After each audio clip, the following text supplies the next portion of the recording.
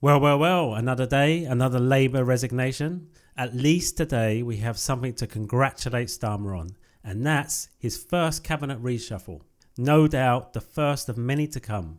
Louise Haigh resigned from Keir Starmer's cabinet, and the smell of chaos wafting from Labour headquarters is now unmistakable.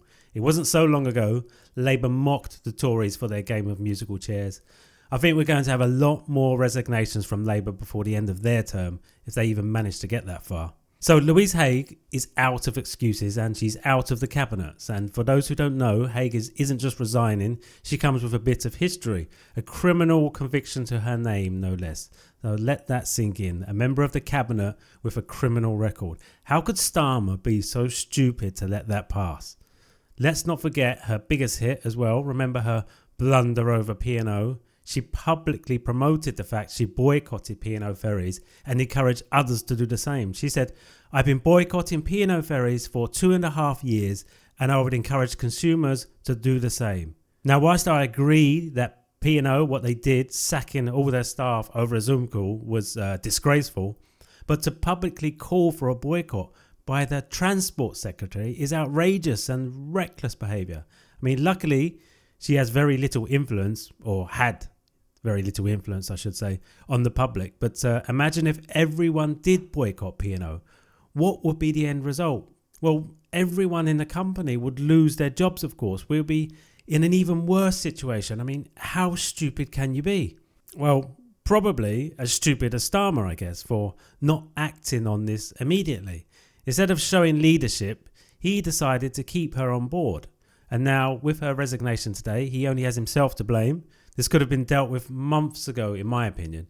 And her position was untenable from that point onwards. So Starmer is just looking stupid again. And so what does this tell us about his judgment? Well, he hasn't got any, has he? I mean, I think the biggest problem is he already scraped the barrel to put together his front bench in the first place.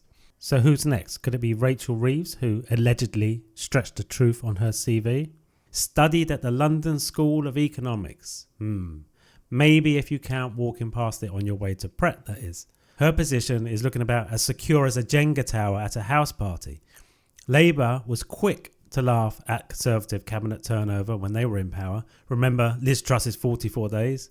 But now, just 5 months into Starmer's government and already another resignation. Don't forget we had Rosie Duffield, the fastest an MP has given up their party's whip after an election in modern times apparently, and Sue Gray, of course, who mysteriously had a higher salary than the Prime Minister. I wonder what was going on with that then. And while we're on the subject of Keir Starmer's stellar judgment, let's talk about one of his most inspired choices, David Lammy as Foreign Secretary. The man who once called Brexit voters racist is now in charge of Britain's diplomatic relations because nothing says global charm offensive like alienating half of the country.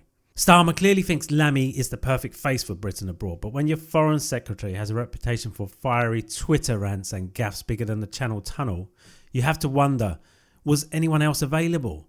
And that's just it. Who else is available? Starmer's going to be in a right pickle when he has to replace Reeves and Lammy. So between Louise Haigh, Rachel Reeves and David Lammy, it's looking less like a cabinet and more like a game of what were you thinking, Starmer. So stay tuned. I think Starmer hasn't seen his last reshuffle. This Labour cabinet might just set a new record for self-destruction. Because if there's one thing Starmer's good at, it's making the Tories look like the adults in the room. And that, my friends, is quite the achievement. Thank you all for watching. Please like, subscribe, and I'll see you in the next one.